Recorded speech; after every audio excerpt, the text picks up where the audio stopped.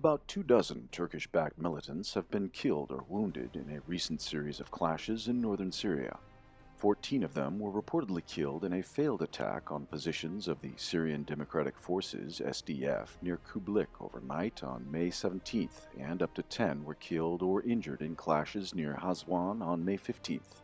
Reacting to its own failures, Turkish-backed forces carried out a series of mortar and artillery strikes on SDF positions near Ayn Issa, Tal Tamir, and Tal Uneb on May 16th, May 17th, and early on May 18th. Firefights and artillery duels between Turkish-backed forces and the SDF regularly erupt in this part of Syria. However, both sides do not conduct large-scale offensive operations against each other, and, despite the violations, the ceasefire regime formally remains in force. On May 17th, 7 former ISIS members fled the SDF-controlled camp of Al-Hawl in the province of Al-Hasaka, which holds a large number of the former ISIS fighters and their families. Following the incident, SDF security forces in the area were placed on high alert. The search operation has been ongoing. Some pro-Kurdish sources claim that the fleeing terrorists have already been detained, but these claims remain unconfirmed. This is the second security incident in Al-Hawl in less than 10 days. On May 13th, SDF security forces foiled a plot of ISIS wives to set the camp on fire and flee to Turkey. Early on May 18th, reports appeared that a drone strike allegedly struck the area near a convoy of the Syrian army in the district of Madan in Raqqa province.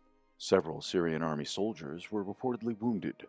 It remains unclear who was behind the attack, but the two main suspects are Turkey and the US-led coalition. On May 17th, US armored vehicles chased in the province of Al-Hasaka a Russian military convoy with 150 tons of humanitarian aid being sent to civilians in northeastern Syria, but were unable to stop it. A firefight between the Syrian army and ISIS members erupted near the town of AL-SUKHNA on the Homs-Deir ez-Zor highway. According to reports, ISIS cells tried to cut off the road but were forced to retreat. Regular attacks by ISIS cells operating in the desert area remain a notable security threat for government forces. At the same time, the situation in Greater Idlib once again de-escalated. After failing to capture Tanjara in northwestern Hama last week, al-Qaeda-linked groups reduced their activity on the front line.